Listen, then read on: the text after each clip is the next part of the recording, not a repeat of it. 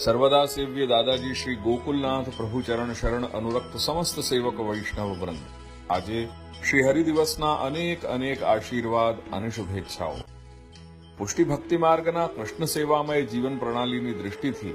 અધિકારી જીવો માટે દિનચર્યા અને જીવનચર્યાનું જીવંત નિરૂપણ કરીને ઉત્તમ, મધ્યમ તેમજ હીનાધિકારના ત્રણ પક્ષ એટલે કે હીન, અધમ અને જઘન્યની સમજૂતી આપી હવે વેદશાસ્ત્રની દૃષ્ટિએ ભક્તિ માર્ગનો ઉત્કર્ષ અને મહાત્મ્ય જણાવતા શ્રી મહાપ્રભુ આજ્ઞા કરે છે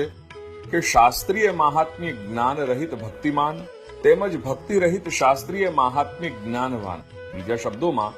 જ્ઞાન રહિત અને ભક્તિ સહિત તેમજ ભક્તિ રહિત અને જ્ઞાન સહિત આવા બંને પ્રકારના ભક્તો પુષ્ટિ માર્ગમાં પણ હોઈ શકે અને મર્યાદા માર્ગમાં પણ હોઈ શકે। તેથી 15મું સૂત્ર આપણને જણાવે છે કે જ્ઞાનાભાવે પુષ્ટિ માર્ગી તિષ્ઠેત પૂજોત્સવાદિશુ, એટલે કે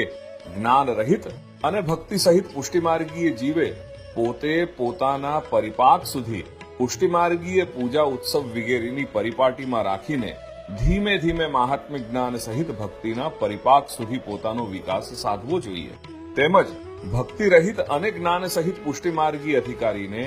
મહાત્મ્ય જ્ઞાન સ્વરૂપા તથા ભક્તિ સાધિકા શ્રી ગંગાના કિનારે રહીને શ્રીમદ ભાગવતની તત્પરતા સાથે લીલાનુસંધાન કરતા પોતાના મહાત્મ્ય જ્ઞાનના અનુશીલન સાથે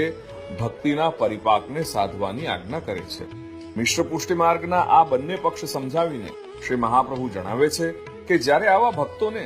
શ્રી ભગવાનના અનુગ્રહનું વિશેષ બળ મળતું હોય છે ત્યારે આવા ભક્તો કૃષ્ણ સેવાના તનુવિત્તજા સ્વરૂપને પ્રાપ્ત કરી માનસી પર્યંતનો ઉત્તમ ફળ મેળવવામાં સમર્થ બની જાય છે। તેથી આગળનું 16મું સૂત્ર જણાવે છે મર્યાદાસ્થસ્તુ ગંગાયામ શ્રી ભાગવત તત્પરઃ।